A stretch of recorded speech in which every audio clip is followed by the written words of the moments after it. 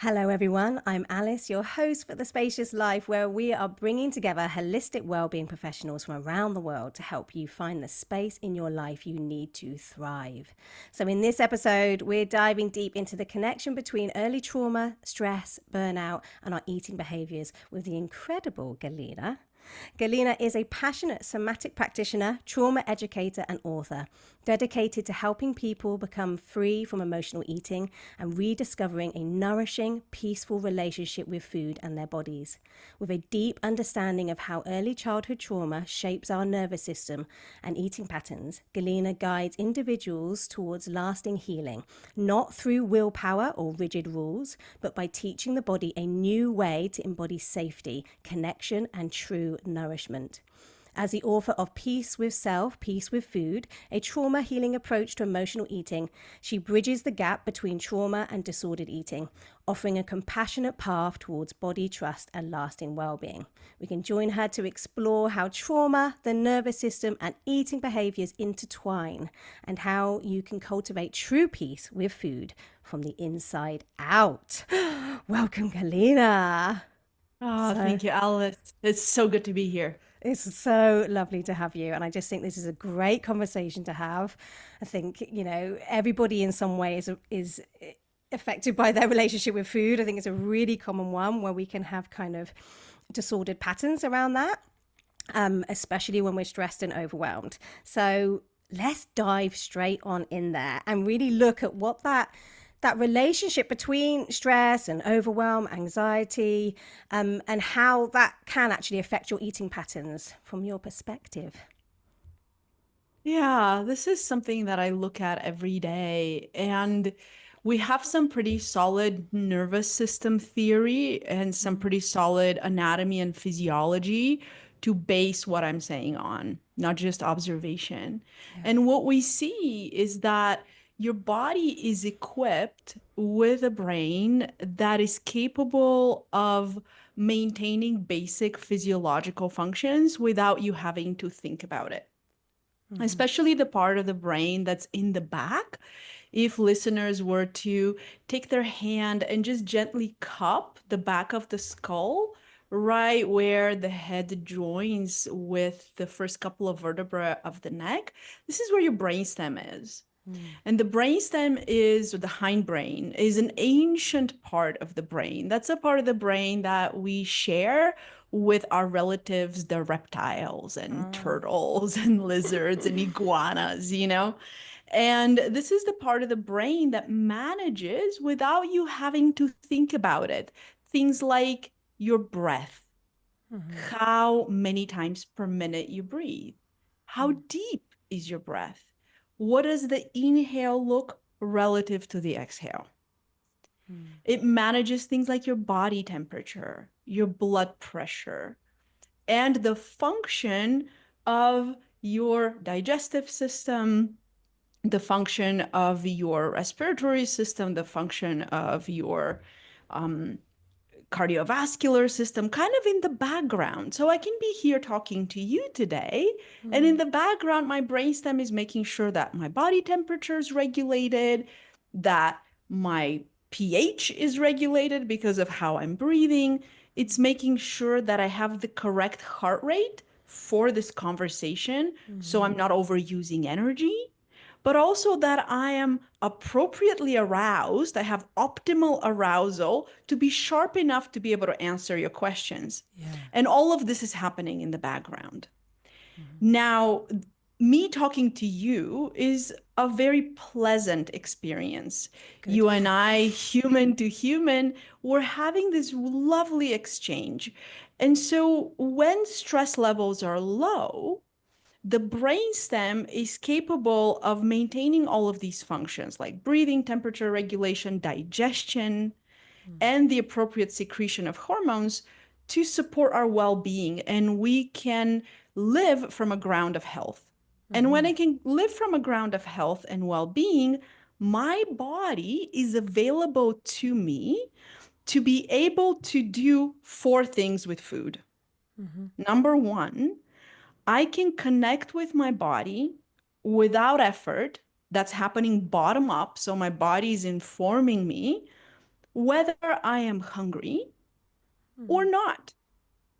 Also, whether I'm thirsty or I have to go to the bathroom or whether the guy next door looks hot or not. Like all of that is coming from the body. It's coming bottom up. Ooh, he's hot. It just kind of like comes up, just like, oh, I'm hungry. It just comes up. There's nothing that I'm consciously doing. All of this is happening unconsciously. So the first thing that the body can tell us is, are you hungry? And what are you hungry for? Are you wanting something that's cold, something that's warm, something that's comforting, something that's stimulating, something that's crunchy, something that's soft? Like we have a good sense of what it is based on a very big library of life experience. Yep. Since we were tiny, tiny babies until now, like I'm 45 to 45, my brain has a very rich library of what it likes, what it doesn't like, and what suits me in certain situations. I just had a long hike that was really hot. I might want some watermelon and some Bulgarian yogurt, which is very different than if I was just outside in the cold shoveling snow and I come home and I might just want soup and toast. But my body's making these decisions based on the library that it has. We call this interoceptive decision making. And on the fact that I am relaxed enough that that information is available. Yeah. That's the first thing that we do with food is recognizing hunger and the kind of nutrients we need.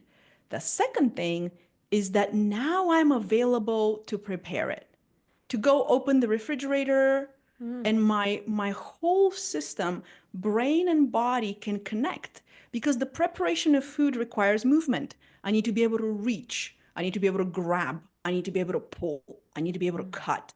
And that is coordination between left and right side of the body, coordination between my eyes and my hands, and who hasn't cut themselves when they were in a hurry, right? Like Yeah, I yeah. actually need to be able to have my body available under low enough stress so that I can prepare. I can physiologically be there to prepare my food. Now, for our ancestors, it was a little more complex because they had to go kill something. For me, it can be as simple as clicking something on like DoorDash or Uber Eats on my phone, Yeah. or I can go to my refrigerator, but I still have to do something. Like there's no food that just like dropping from the sky onto my plate. Yeah. The third thing that I need to be able to do with food is while I'm eating, noticing that I'm eating it and being connected enough with my body that my digestive system tells me this is enough. Or, you know what, Galina? This sounded good. What you thought you were gonna make, these like scrambled eggs with apples and coconut, but it's actually really freaking weird. So, like after the first bite, it's like, nice recipe, buddy, but I'm not No. eating this, right? But the body has to be available to even like taste and understand, like, is this thing on my fork going in? Or is it not going in? But I need to have some of my physiology available for that. So that's the third thing. Am I getting satisfied? Am I enjoying this? And this is where I think a lot of what came from Zen Buddhist practices around mindful eating, like that famous Yeah. John Kabat-Zinn exercise with the raisin, Yes, yes, like the yes. secret raisin society. Yeah. Like that's where they came from is like just pay attention. And as long as you pay attention, you're gonna be okay. But we forget that this comes from monks. These guys who are living a monastic life have a very different physiology than a stressed out mother with four children who can't pay her bills. Yep. So there's this third piece around, am I satisfied? Am I taking this in? Am I in a relationship with my food that feels good? And I'll often talk to my students about kissing because, all my students are old enough that they've kissed, and we can say, are you enjoying this kiss? If it's an awkward kiss, you're like, ugh, like your body's pushing that person away. If it's a pleasurable kiss, your whole system yields and melds into it. And so we have a symbiotic experience. And if that was a satisfying kiss, you know when you've had enough, hopefully before your lips fall off, right? So if I am eating this meal and this meeting is satisfying and this meal is pleasurable and I can notice that, then I can stop and I can stop eating, which is the fourth thing. Can I stop eating this? Can I bring my meal to an end and relax? Because these first four, I notice that I'm hungry. I go and make what I need. I eat it with gusto and I can be done, are just the first part of digestion. If this was a race from, say, London to Athens, this you just made it from London to Paris in the eating. Your body still has to make it from Paris to Athens, which is digestion. Now the stomach has to take this. It has to have the appropriate pH, hydrochloric acid. If that is in place, and the stomach, like a giant trash compactor, can, with its three layers of musculature, start to like grind this down and then take it to the duodenum, take it to the jejunum, take it down so now the pancreas can release enzymes. Now we can begin this normal passage from top to bottom, which ends at the other end of your digestive system by tomorrow. So you can see the beets, you can see the corn, you can see the spinach on the other end by tomorrow. Why? Because your body did the other part of the journey, which is Paris to Athens.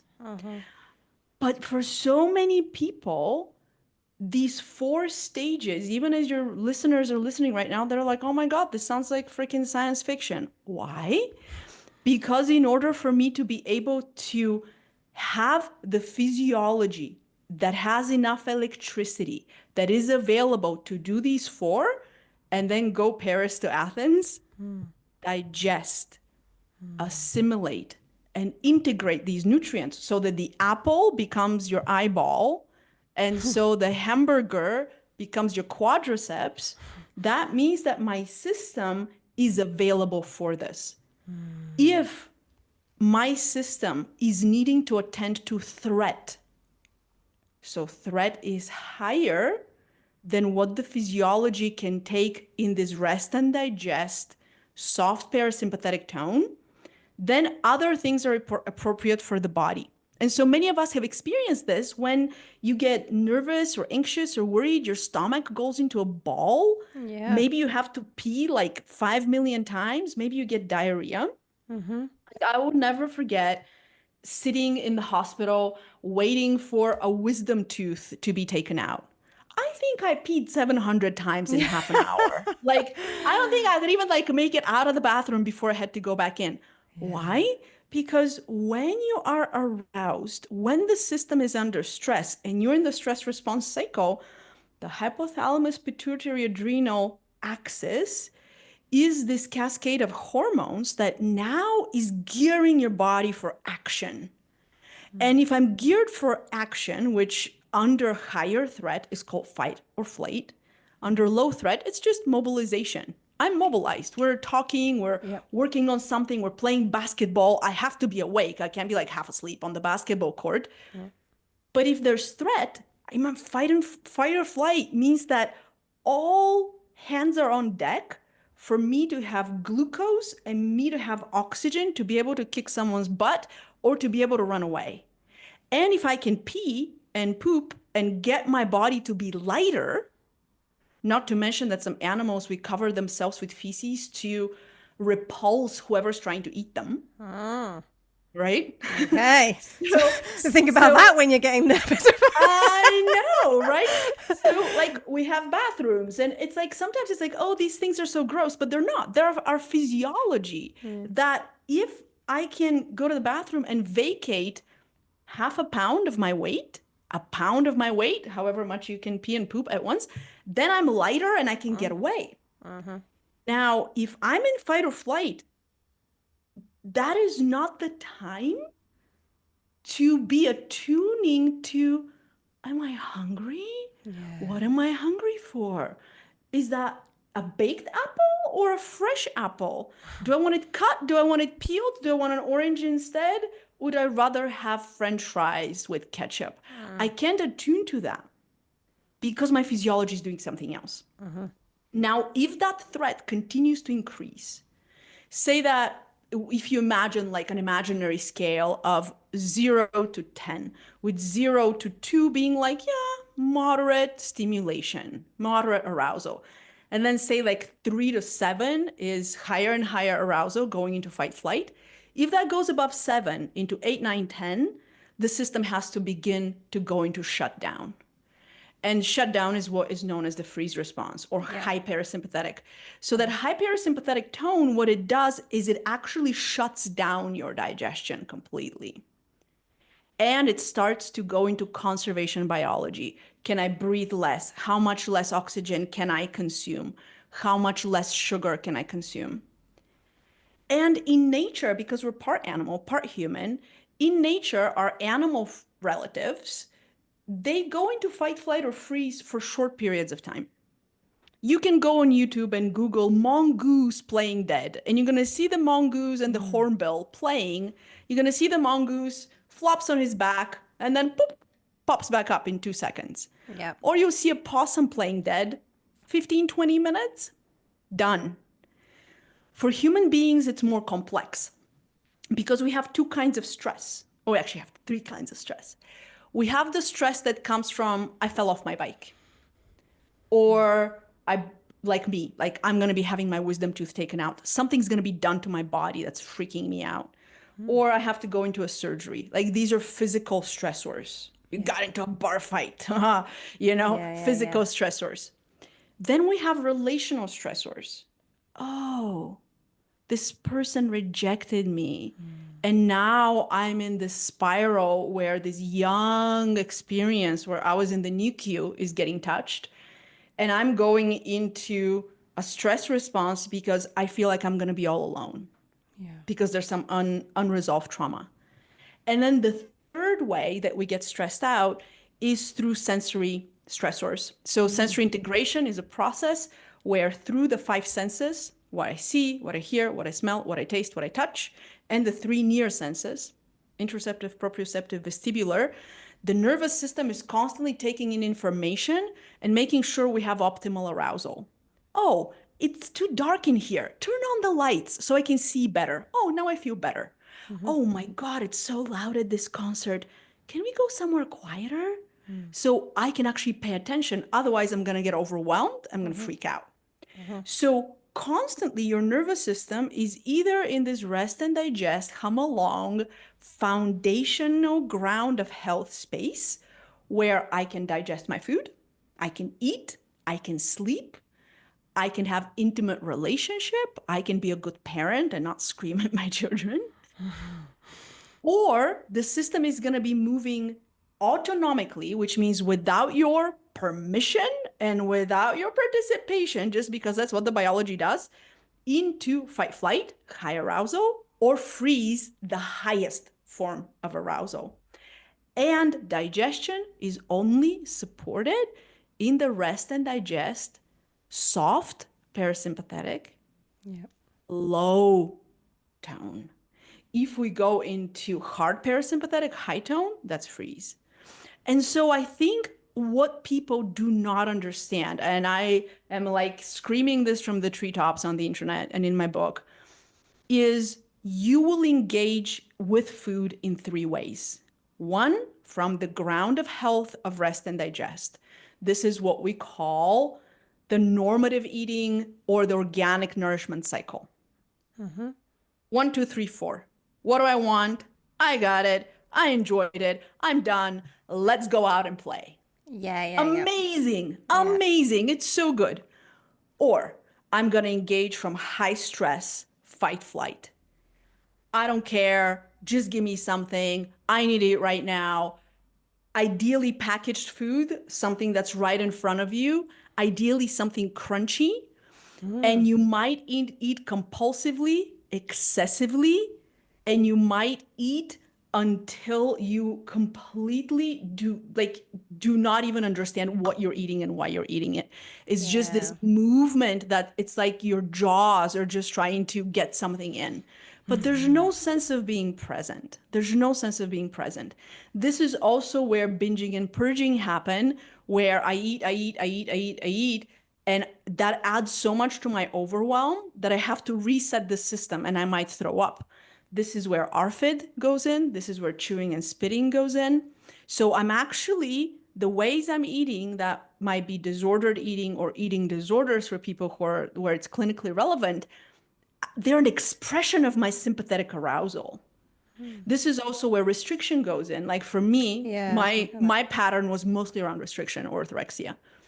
And I was restricting in order to stay in high arousal because the moment I dropped into rest and digest, that was terrifying for me. So I kept myself highly aroused through excessive compulsive exercise, hours of exercise, fat burners, coffee, and not eating anything. Yeah. And so you start to see, wow, that system is stuck in high arousal. Or if the person is dropped down into the collapse of freeze, they might need to snack all throughout the day on stimulating things like chocolate or sweets or something salty in order to get some juice in the system. But because their metabolism is so slow, because the freeze response requires conservation, if I'm not, the basal metabolic rate and the non-exercise activity thermogenesis are decreased, then I'm eating maybe 1,000 calories and I'm still gaining weight because my BMR is so slow. And so people feel very defeated by that. And so in that space, there's so much shame. Yeah. There's so much feeling bad about yourself. If your body is heavier and you feel sluggish and like exercise is not accessible, even if you try to exercise, it feels horrible and maybe you injure yourself. And so we can start to see how we have these three physiologies. It's almost like a traffic light. It's either green or it's orange or it's red. And if you're not in the green, your behaviors with food are more symptoms of like your nervous system, your autonomic nervous system is stuck in a state, as opposed to, oh, there is a problem with your food and that's why you feel bad. It's like, no, you were feeling bad, period, because of whatever adaptations to distress your system went through. And now we are in the wake of it. So that's my kind of one paragraph explanation of what's Yeah. going on. Oh, amazing. I mean, there's so much there, and you've explained it beautifully with so much, knowledge and wisdom there. So if somebody's listening then and they're kind of going, oh yeah, okay, I'm doing that. I'm like just, you know, I'm busy all day, and then I'm just kind of maybe even just ignoring. A lot of women just maybe don't even eat breakfast because it's like straight into just what have I got to do next? Not even giving myself the time. And then at some point, suddenly realizing, oh yeah, I need to eat, and then maybe just whatever is close by, and all those patterns, and then later on maybe kind of feeling really exhausted, and then turning to needing lots of sugar or coffee. It's these patterns we see, and I'm sure you see a Mhm. lot happening. And then maybe that kind of evening where we're just like, our day's been go go go go go, and then the evening comes and maybe there's just that kind of wanting to lean into comfort with food, and sit Yeah. on the sofa and just collapse really, and numb out with it, right? Hmm. Hmm. So if people are hearing this, where do we even start? I mean, what I think often happens then is we start to think that the behavior is a problem, like the things that we're doing, like, so everybody's always trying to, I eat too much sugar, I've got a problem with sugar, I've got this issue with sugar, something, that's a problem. But I know that you look at that differently. I just wonder if you could sort of unpack how, and Yeah. help people to see that, how we could look at that with a different lens, that it's not this Mm. problem. Yeah. Yeah, absolutely. You know, even if it is not the problem, it becomes problematic. Yes. Yeah. Because it's almost like if you picture this as a parent, if you have a small child, let's say like a 4-year-old, Mm. and they've just started going to like nursery school, and they come home and then they're very tired and whiny and kind of upset about something, and you say, well, sweetheart, let's give you some cookies and some crisps, Mm. and we'll just go to your room. Mm. Like after a while, you're going to have to add more cookies and more crisps Mm. or a variety of different things in order to keep shutting down what's really going on. Mm. And so the reality is whatever we're noticing with sugar or what I call the coffee wine continuum, which is like coffee to speed up, wine to slow down at night. Yes, yeah. Um, it's or like during the day being sympathetically dissociated in work and at night being parasympathetically dissociated, just collapsing on the couch, just moving between two different kinds of dissociation, sympathetic and dorsal. It's Mhm. like, what in my life is actually driving this? And I will tell you what I see is that all of us are actually embedded in systems that are out of rhythm. Mm. So if you are in nature and you need to go, say you're like a classical gatherer and you're going to go gather some berries, some roots, and a bunch of lizards and squirrels from traps, I'll go out and I'll do the thing and then I'll be tired and I'll rest. Research shows that modern hunter-gatherers who still live like the hunter-gatherers of the days of yore work about 3 hours a day. And Right. so it takes about 3 hours a day to gather what you need. And then the rest of the time is spent in small social groups, socializing, resting, playing, crafting, and teasing each other. And all primates do it, not just humans. We're a Mm. little more evolved than the cousins, but we still like to tease each other. It's very pleasurable. And play, yeah. Yeah, and play and Yeah. braid each other's hair, so like Yeah. bonobos might be looking for fleas and eating them off each other, and women, we braid each other's hair, and it's the same Wow. prosocial behavior, social bonding Yeah, behavior. yeah. So the first thing we're seeing is that you are in a body that's hundreds of thousands of years old that is put in a very unnatural environment where we are responding. Say if you're at work 8 hours a day, that might be 8 hours of nonstop tasks without any rhythm. So the rhythm is, here's a task, I do the task is done, and there's a break. Uh-huh.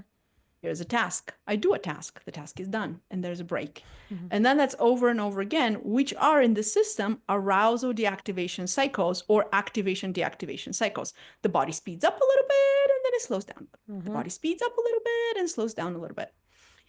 So, what happens because of trauma is the body loses its rhythm to begin with. So it becomes stuck. Like I'll speak about my body because it's the body I know the best. Mm. Is I was very stuck in high arousal because of the way I was born and the way I was separated from my mother for the first 6 days after I was born, Mm. and the way that my physiology was that I couldn't eat. Mm. And so my system was so stressed out, and I spent the first 2 years of my life screaming, which my parents were very poorly equipped in an antiquated medical system in Eastern Europe to deal with. And I really deeply feel for them, how much distress they experienced with not being able to soothe me because they had no idea what was going on. So that's a system that's used to high arousal. Now, that makes me the ideal candidate to work somewhere where that's going to be nonstop needed. So I can become an emergency room nurse, or I can become a special ed teacher, Mm. or I can become a trauma therapist, or, I can become something, right? Or I can just become like the mother of four, Ah. where I'm constantly on. And this being constantly on is not I'm type A or I'm crazy or it's just my nature, even though there are things like conditioning and predispositions and temperament. But beyond that, if it's a trauma adaptation, I'm just going to keep doing what the brain knows is best. And so I don't even know that there's a possibility for me to turn off. Because Mm. the moment I turn off, I have two settings, on and more on. I don't have an off setting. Ah.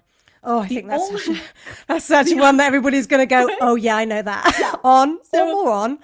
on or more on. And Yeah. then from that, if I start to just gently come down the other side of the hill and begin to deactivate, what happens because of the way the brain works is now what happens is emotions that have been suppressed, sensations that have been suppressed start to come to the surface. And the younger those are, the more we feel like we don't know what's going on. And we just feel, to quote one of my colleagues, attacked from the inside. It's like your own emotion becomes the problem. And so what do? We find a way to check out. So I can fill myself with food. Like if I binge, I can fill myself with food, and I can binge without purging, or I can purge depending on the way my physiology needs it. And then that becomes the predominant experience. So as I'm on the couch, that postprandial experience of there's all this blood flow now and there's all this pressure on the esophageal sphincter, I'm going to actually relax because the system has no other choice. But I'm actually not relaxing at the thresholds where my internal world becomes available to me. I'm collapsing past those thresholds where I'm almost unconscious of what's happening inside of me. And the next morning, I get to wake up and feel like crap about myself because my body feels like crap. And when your body feels like crap, your body budget is low, you also feel like crap about yourself because your thoughts and your emotions will follow the physiological state. Yes, it's I a was just sick cycle. for, Yeah. right. I was just sick for a couple of weeks and I was profoundly sad. I was like, I am just mournful. It's like someone died. Why? Because I had a fever for freaking 10 days and my body budget was so low and all I could eat was oranges and rice and I was hungry and sad. And it's like, of course, my emotions and my thoughts follow the state of my body. And so then people convince themselves, especially women, because we are such perfectionists, we convince ourselves that I feel bad and I feel shame and I feel like crap about myself because I ate bad last night. Instead of going, wait a minute, I'm eating in this way because it's the only way that I can actually stay alive because no flower blooms all year round. I cannot stay on and activated nonstop because eventually that's either going to drop me down into a freeze, which we call burnout. And I lived through that. My Yeah. adrenals have never been the same since. Yeah. We either drop into a burnout, which is essentially your physiology saying, you're on moron, you're a moron. I'm going to like unplug you Yeah. and you're going to sit still for a year. And I had to sit still for more than a year. The physiology just unplugs us because it becomes unsustainable. Because what your brain wants and what your autonomic system wants is for you to survive. It's not thinking about whether you're happy or you're sad or you're married or you have children or enjoyable employment. It wants you to be alive. And of course, with the purpose of procreation and kind of making the tree of life a little more interesting down, after you. But at the end of the day, we as humans, because we have consciousness, we make it so much about ourselves and our qualities and who we are and our identity. The biology doesn't care. If you have not paused all day and you go, go, go, go, because the rhythm is go, pause, pause. The rhythm is not go, Go, go, go. go. Yeah. Because that takes you above your threshold of capacity, outside of your window of capacity, and you're going to have to do something from the outside to bring yourself down. So it's one thing to go for a run and I come home and my heart rate comes down on its own. But if I went for a run and then another run and then a bike ride and then a hike, at the end of the day, I won't be able to fall asleep. I'm going to be tired and wired because I have such high cortisol that I can't let down. Now, human beings, luckily, we developed in small groups. And what the brain wants is to snuggle up against another warm body. If we can find another warm body, just like little puppies, like you go on Yeah. Instagram, there's like puppies snuggling with bunnies and kitties snuggling with ducklings. That's our human nature too, is we want to snuggle up next to another warm body that's breathing. And that allows the system to shift from high arousal to relaxation to rest and digest to recovery. And I was talking to my doctor last week about cortisol, and I asked her, what do you do for nighttime? Like if somebody has nighttime high cortisol, which is not a normal cortisol curve. And she said, well, funny you should ask. We give them oxytocin spray. Yeah. So the same Yeah. chemical Yep. that gets released when babies are being breastfed, the same chemical that's being released when lovers find each other's arms to be the comforting place to land at the end of the day. My doctor's like, for $198, here is this spray. Stick that in your nose. It's going to shift you from high arousal to parasympathetic to deactivation. And this is what we're also trying to do with food is we're trying to nudge the chemistry from the chemistry of fear and survival to the chemistry of relaxation. And people sometimes do it with food, sometimes with alcohol, sometimes with something else. But what the system wants is human connection Yes. or a little Yeah. baby kitty puppy something Yeah. if humans are not available. So, it's a coping strategy, basically. We're leaning into it a lot of the time to try and Yes, soothe absolutely. ourselves. And I think that shift of mindset about it to come out of that shame spiral that can happen, that I'm wrong and I'm just greedy, or, whatever could be going on. It's not actually what you're describing is that it's what our system is reaching for to try and comfort at the end of the day and trying to come down from that like go go go experience. It knows it's like, okay, I need something. And especially in our past, and I think you touched on this, like if we grew up where we were nourished all the time, when people said, oh, are you upset, here, have some chocolate, or if there's going to be those patterns as well, right? So that happens, so we start to lean in. Or celebrations, when's the good times, the play, and it's like, oh, let's have lots of cake, and we start to associate all those places and all those food groups with kind of pleasure and safety maybe, and soothing, because that's often what we were shown, or the only tools we were given, right? Yeah. So Yeah. that can be playing in there as well, I expect. I Yeah. know it goes Well, on. it's only playing in there because we have receptors for it. It's Right. only playing in there because we have nerves for it. I mean, the reason why you can smoke marijuana and feel better, I'm not suggesting this to the listeners, um, is because we have receptors for those cannabinoid pathways already inside the body. The only reason why you can get excited going to your ice cream shop is because you have the dopamine network that's already in place because of connection, human connection. And one thing that's really important that people do not get, and is hardly ever talked about, and it's a polyvagal piece, is that the cranial nerves, so those are the nerves that create the soothing. Soothing isn't just a biochemical dopamine, serotonin, oxytocin event. It's actually done through the electrical stimulation of the cranial nerves. And those are the nerves that come out of the brain into the eyes, ears, nose, mouth, lips, throat, lungs, heart, and internal organs.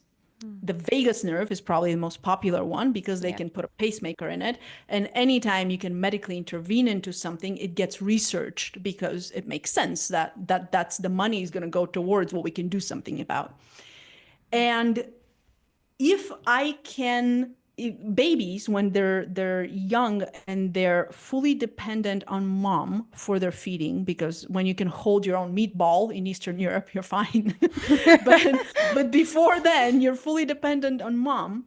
What happens is when baby's being held and baby's lips and tongue go around the nipple and latch, there is a sequence of sucking, swallowing and breathing, sucking, swallowing, and breathing, which is a rhythm. Boom, boom, boom, boom, boom, boom, boom, boom, boom.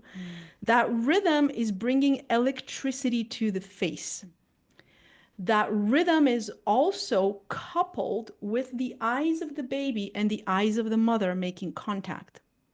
And so we have these cranial nerves that are stimulated through feeding together with gazing that form the bond and the attachment between mother and baby. So when baby is fussy, baby can be put on the breast or be put on a bottle and baby can relax. Mm-hmm.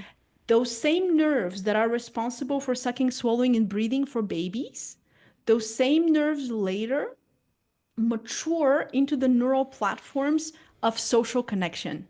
So I can sit here Mm. with you, Alice, and the same nerves that helped me suck and breathe and swallow and feed and look at my mom allow me to sit with you, talk to you, take in your eyes, take in your the corners of the eyes lifted, notice your eyebrows, notice your mouth, notice your face, notice your nod, sense your breath, and I know that right now you're a friend and my Mm. physiology can relax.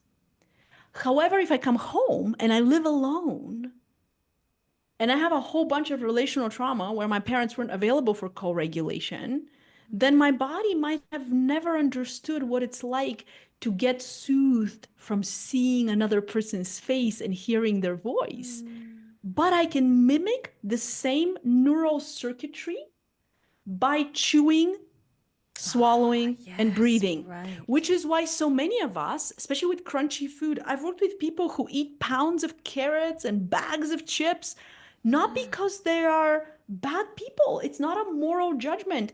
You need to chew through 4,000 calories. I'm making some number up, but say that you need to chew through 4,000 calories of chips until the muscles inside your ear relax. Wow. What if you have to eat 2 bags of baby carrots until your jaw has moved enough, until the facial nerve and the trigeminal nerve and the hypoglossal nerve and the vagus nerve and the spinal accessory nerve have gotten the information that you're safe. And so we have these neural networks that make Yeah. us who we are as humans. And if human connection is not available, I'm going to go to food. I can also suck my thumb. I can chew my nails. I can chew my pen. I can chew my hair. I can have other oral stimulation habits. And Mm. I've worked with people who binge and purge where all they wanted was to feel the sour, you know how you throw up, it's sour, Yeah. is that sour taste stimulates the vagus nerve. Wow. But we have so much shame around how we make ourselves human. And we Mm. didn't all get the right ingredients to be able to come from stress to relaxation.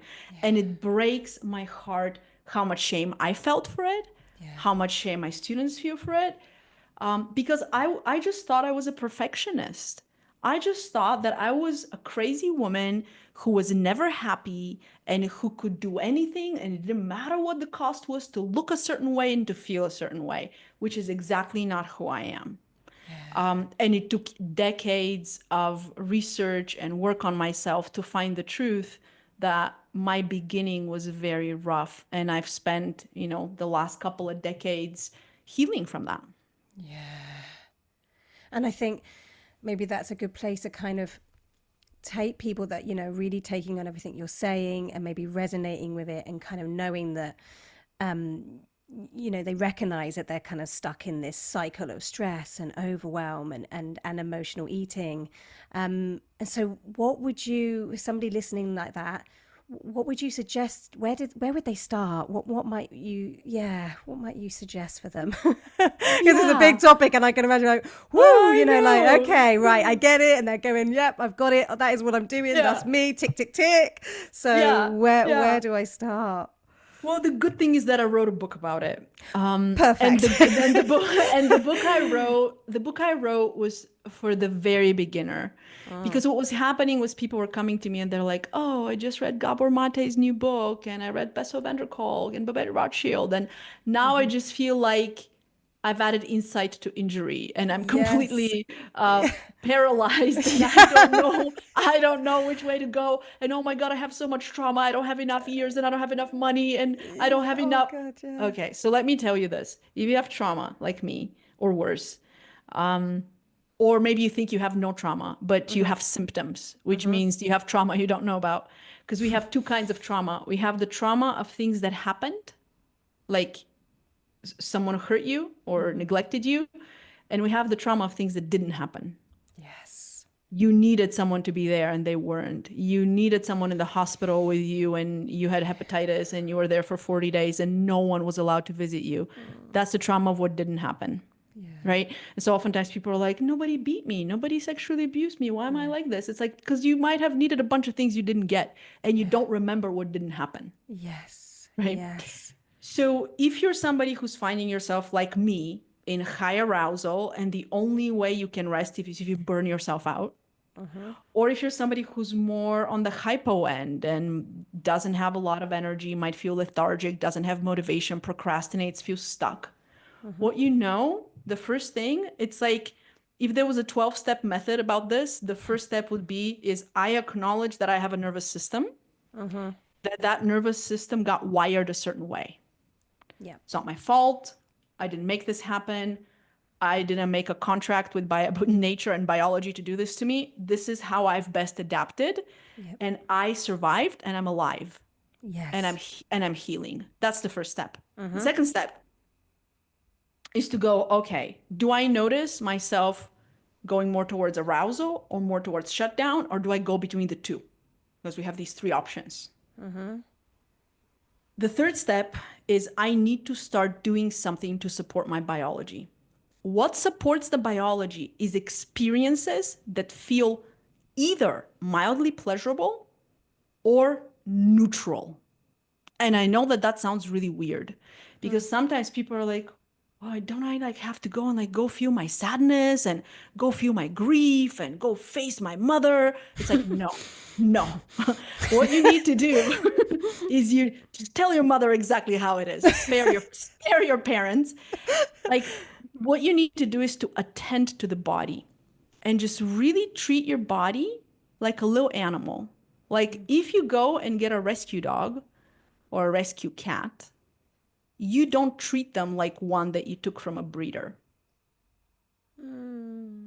Right. Yeah. So, the first most important thing is to reconnect with your senses. You have 8 senses. The easy ones to connect with are the ones on the outside. What I see, what I hear, what I smell, what I taste, and what I touch. And this is going to braid through a question you had for me before we started recording.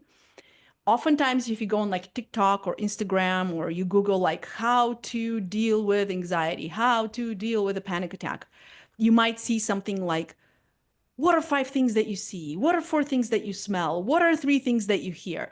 And it almost looks like, oh my God, I'm in a bad situation. Let me use this orientation practice to get myself better. Do not do this. This is like throwing ice on fire, and the only way you're going to deal with the fire is if you keep buying a lot of ice.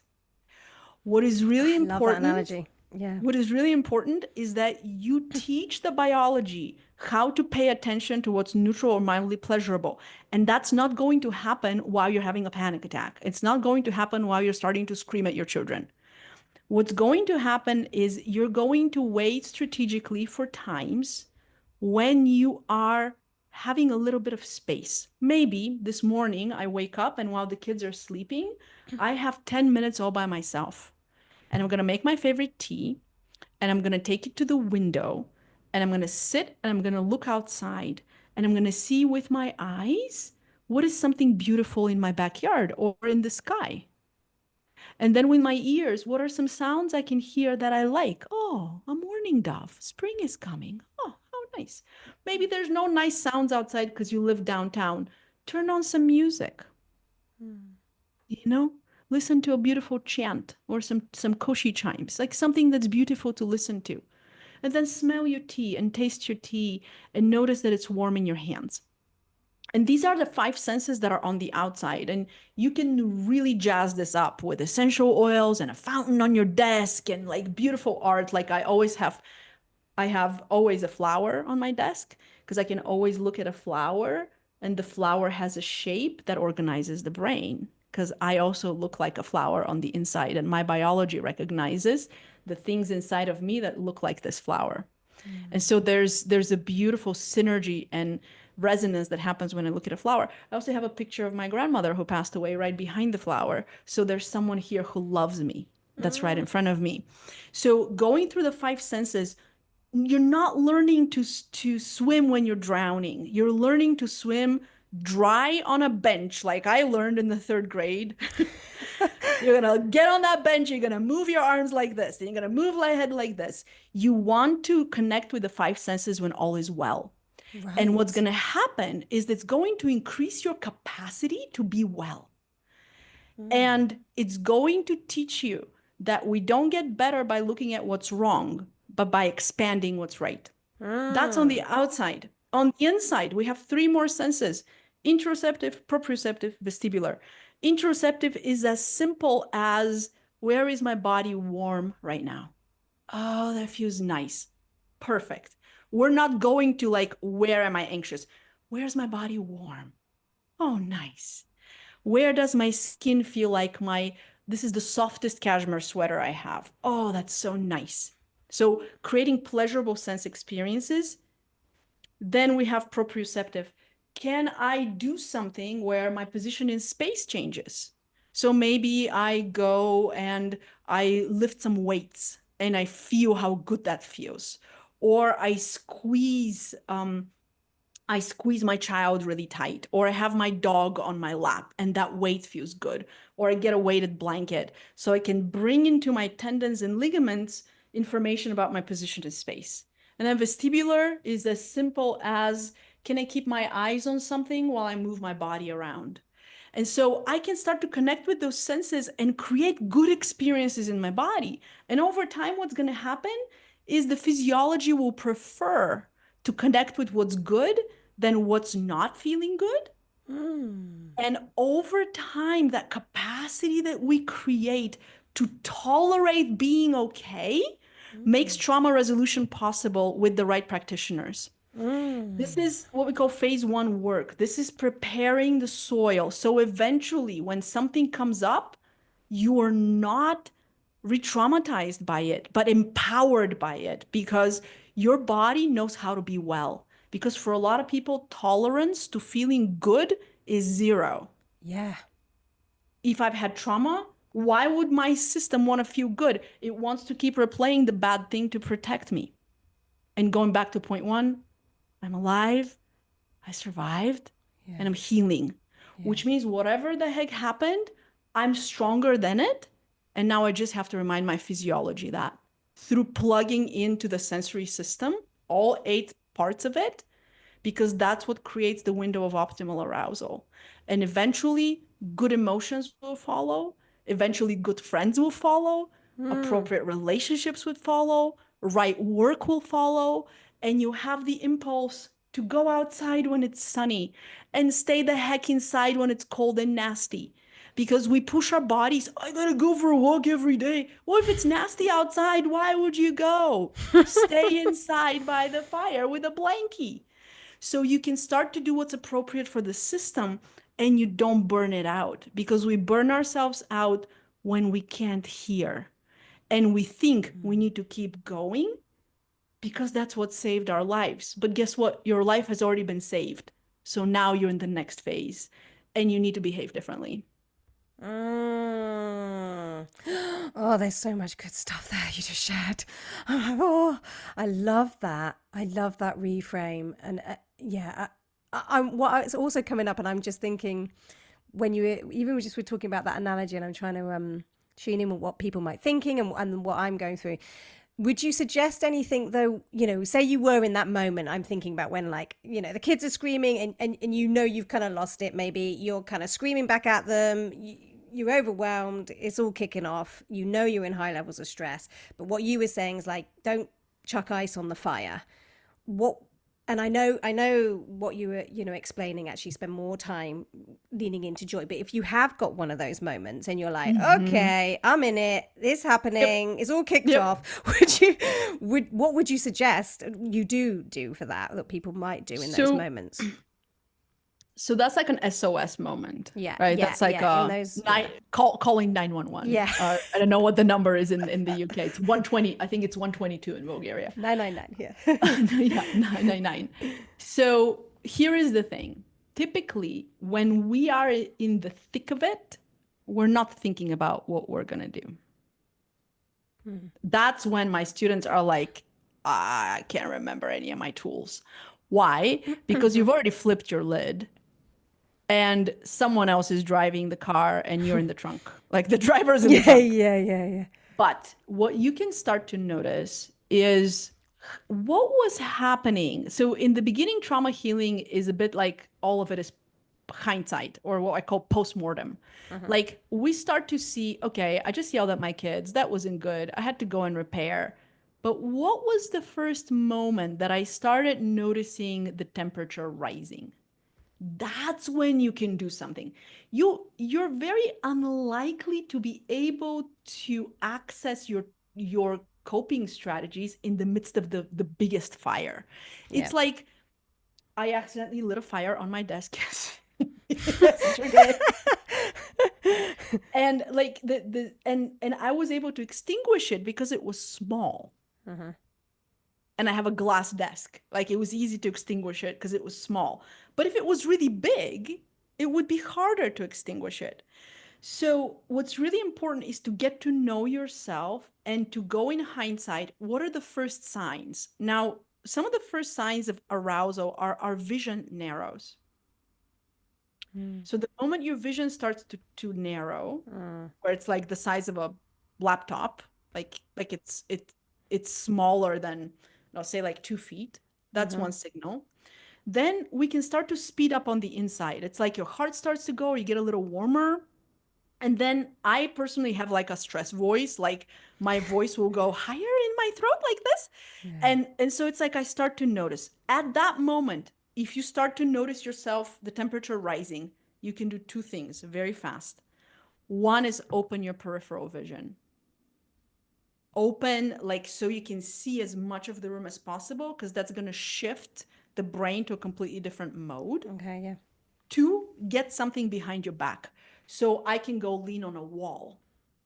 I can go lean on the back of a chair. I can lay on the ground like what is it? Drop what is Oh it? yeah, drop Like roll. drop and Yeah, roll. yeah, drop and roll. That's it. Yeah. Like drop and Drop roll. and roll. It's happening. I'm It's like you're shouting on at the fire. kids. Yeah, it's like you're on fire. It's like drop and roll. That would Because surprise them too. what's gonna happen when you go full roly-poly on your children is that you're gonna get some proprioceptive feedback. Like you're actually gonna feel yourself because we escalate when we've lost ourselves. Because effective anger, effective healthy aggression means I can still feel my feet, I can still feel my midline, and my voice is still coming from my belly button. It's not coming from my throat.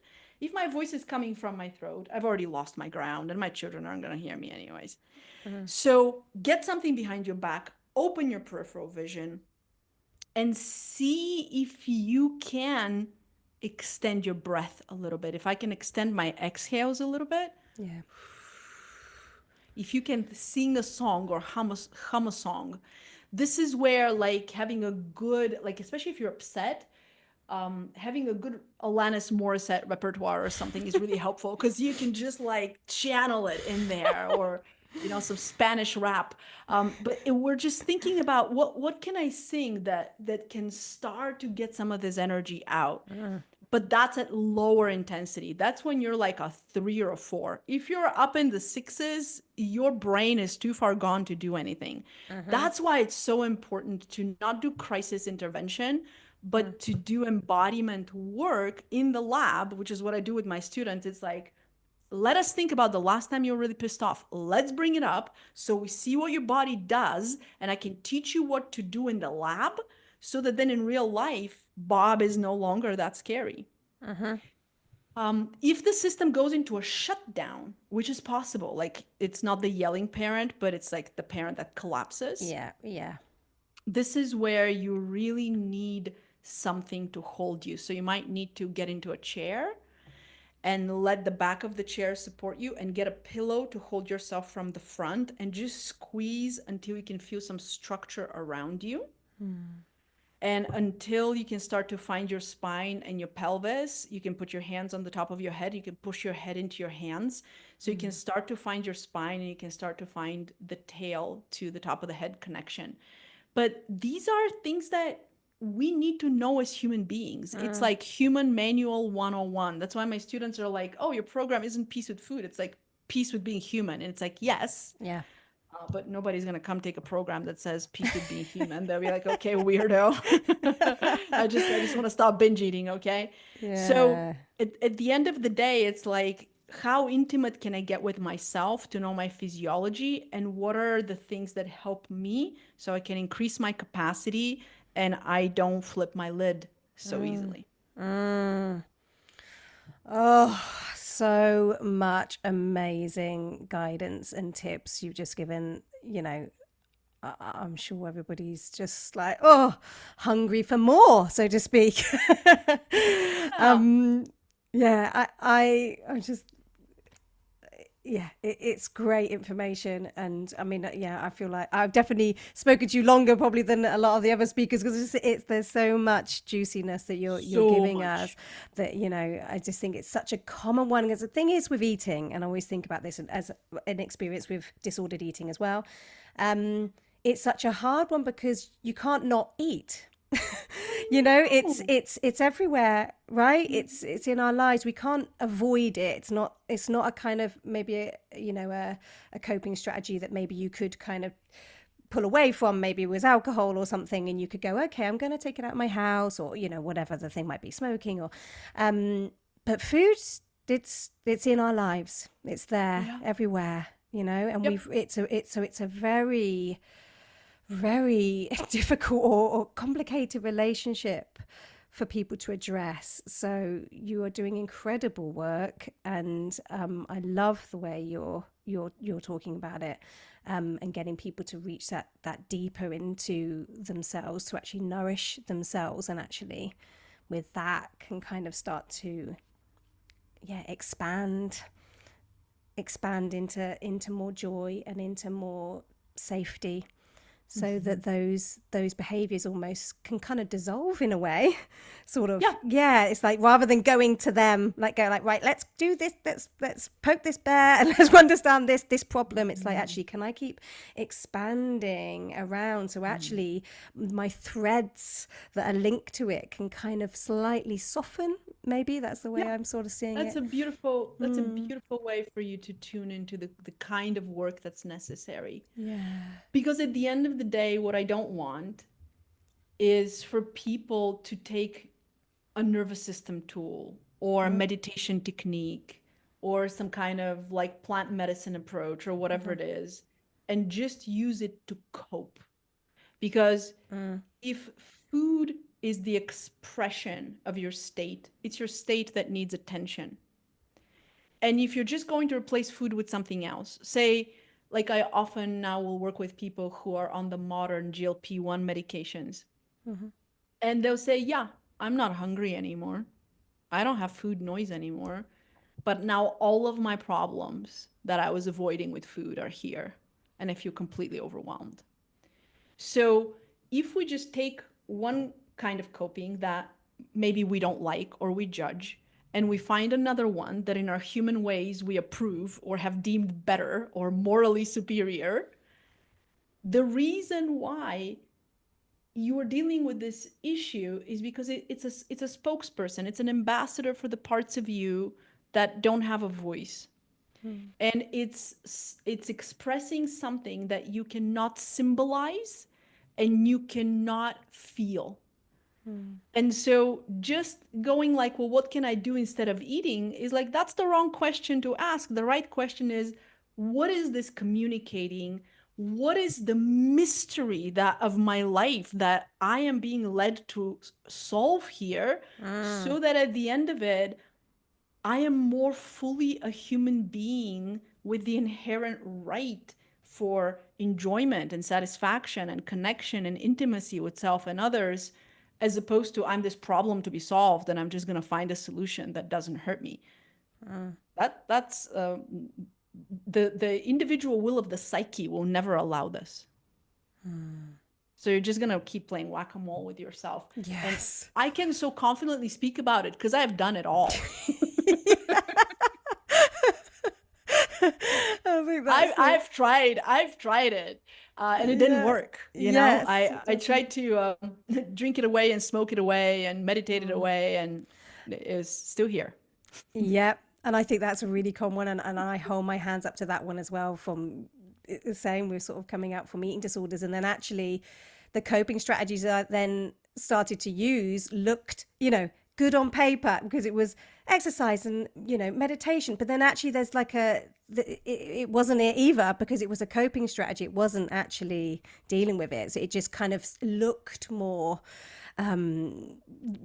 sort of from the outside perspective a bit more kind of approval that that's okay to Yeah, do or something, and I think that's really powerful to get people to realize. Otherwise it is like whack-a-mole. It's like just pops up there, and if you whack that one down it will pop up over there, and you're just whacking and whacking. You actually need to kind of stop for a moment and see yeah, what's actually going on behind the scenes and in the system. correct. Yeah. If you want to, it's not for everybody. It's Yeah, like if good you point. are the kind of person that's like, this is completely firing me up, then it's for you. Like I live and breathe this stuff 24/7 because it fires me up and I'm excited to help people know themselves. It happens that food is the doorway, but the doorway can be any other doorway. It can be you want to be a poet and you're not writing your poetry. Let's help you with that. And then that's going to be the doorway. Either way, you're going to find a doorway to the wholeness of you. I have no doubt. And that's why it's so beautiful to be a part of humanity at this time. Yeah, thank you so much. That's a beautiful place to end. Just before we go, I wanted you just to share quickly what your free gift was, which I think is a chapter of your Ah. book. Is that right? Yes, it's right, and it's a very sneaky way to tell you more about what I do. So if you grab the chapter of my book, it'll get you into the chapter of my book that talks about emotions. There's some very practical ways to work with emotions. There's an SOS technique for the moments that like things are really hard, like we talked with you today, Yeah, Alice. yeah. But then what that is going to do is it's going to put you on my newsletter, which means that you're going to get a series of educational emails that tell you a lot more about emotional eating. And Brilliant. so if you find my writing helpful, you just keep receiving those and reading them, and you just get a like almost like a tiny little bite of inspiration every couple of weeks in your email. And if you're like, you know what, my email is full of work stuff and my kids practice, just unsubscribe. Yeah. No harm. Yeah, brilliant. Thank you so much for that. And thank you for talking to us today. I'm sure people have loved our conversation. Thank you. And just to the listeners, a quick reminder that if you want more time and space to soak up all the episodes like this, maybe re listen to all this wonderful information from all our speakers, then you can grab a VIP offer, which gives you that lifetime access to all episodes. So you can check that out. But that's it from me. Thank you so much for listening, and bye bye for now. Thank you, Alice. This has been a pleasure. Thank you.